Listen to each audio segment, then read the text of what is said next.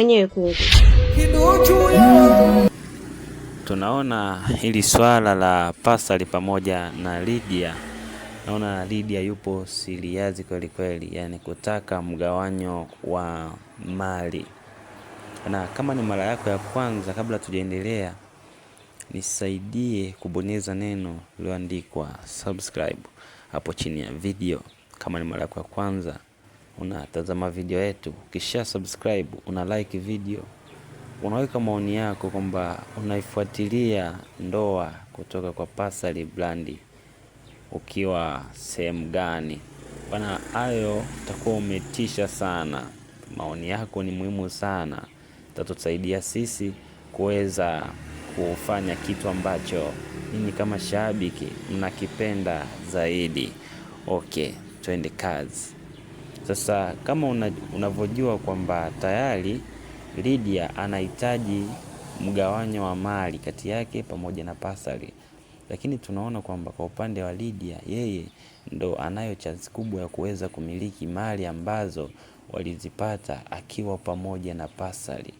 Kwa inavyosemekana kwamba inatakiwa Lydia amiliki 80%, then Pasali amiliki 20% ya mali ambazo walizokuwa nazo. Hata ukifuatilia kisheria, ukizama ndani kabisa, ukifuatilia kisheria, hii ni mojawapo ya kitu ambacho naona akiwezekani kabisa kwamba mmoja achukua 80% na mwingine achukua 20%. Kwa namna gani? Kwa maana kama ni 50-50, basi kila mmoja natakiwa achukue 50% kwa 50. Sio mwingine achukue 80%, then mwingine achukue 20%. Ni kitu ambacho akiwezekani kabisa. Lakini tunaona tayari hili swala Lydia kashamtafuta, sijui ndo mwanasheria wake huyo, sijui ndo nani. Tayari wanaanza process ya mikakati ya kuonesha mali ambazo wanazimiliki zote, kwa lengo la kutaka kuanza mgawanyo wa mali.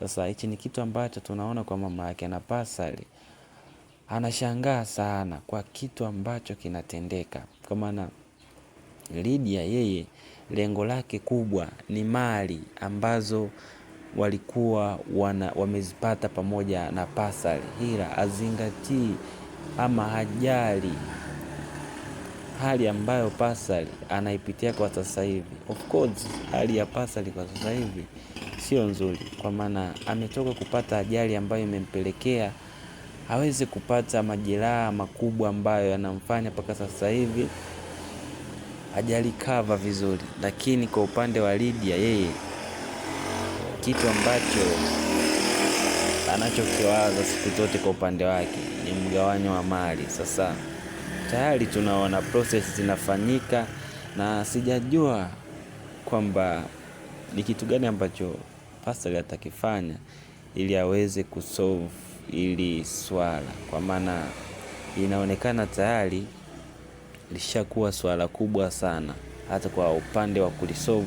Kwa upande wa Pasali mwenyewe hana nguvu yoyote ya kuweza kulisolve ili swala ambalo linaendelea kwa sasa hivi. Inabidi ajipange kisawasawa ili aweze kulisolve ili swala ambalo linaendelea kwa sasa hivi ya Lydia kutaka mgawanyo wa mali.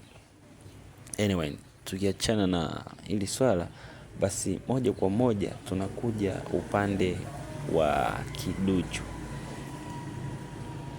Na kwa upande wa Kiduchu tunaona kipindi amelala alikuwa anamwaza sana Shem Pasali, yani Shem yake Pasali, anamwaza Pasali. Sasa kipindi anawaza ama kipindi anaongea ile maneno, mama yake alikuwa anamsikiliza kwa kila kitu. Sasa mama yake akamuonya kwamba wewe, badala umwaze mume wako, wewe unakaa kumwaza Pasali. Na nikupe tahadhari tu, nikija kugundua kwamba Pasali anamharibu mwanangu, basi takula naye sahani moja. Je, mama yake na Kiduchu hapa ana maana gani? Ama anamaanisha kitu gani? Kwamba akija kugundua kwamba Pasali anamharibu mwanae, basi atakula naye sahani moja. Saa moja kwa moja ndo tunapata kujua kwamba tayari mama yake na Kiduchu kashafikiria tofauti, kashafikiria negative kabisa, kwamba kwa upande wa Pasali pamoja na Kiduchu waenda kutakuwa kuna kitu ambacho kinaendelea ambacho yeye mwenyewe hata akijui. Moja kwa moja kashaelewa hicho kitu, lakini sisi tunafahamu kabisa kwamba Pasali anamchukulia Kiduchu kama dada yake tu, wala hamna chochote kibaya ambacho kinaendelea, japokuwa tunaona kwa Kiduchu tayari kuna hisia za mapenzi ambazo kashazionyesha kwa Pasali. Kwa hiyo hamna budi kusema kwamba Kiduchu anakosea. Sometimes inabidi ujisikilize hisia zako ni nini ambacho zinahitaji bwana. Yote kwa yote, tukutane kwenye nafasi nyingine tena inayokwenda kufuatia, inayokwenda kwa jina la ndoa. Lakini awali ya yote, kabla hujatoka kwenye hii video, hakikisha unatusaidia kusubscribe hapo kwenye channel yetu, utakuwa umetisha sana. Hii ni Simulizi Plus. Thank you for watching this video. Asante sana, bye bye.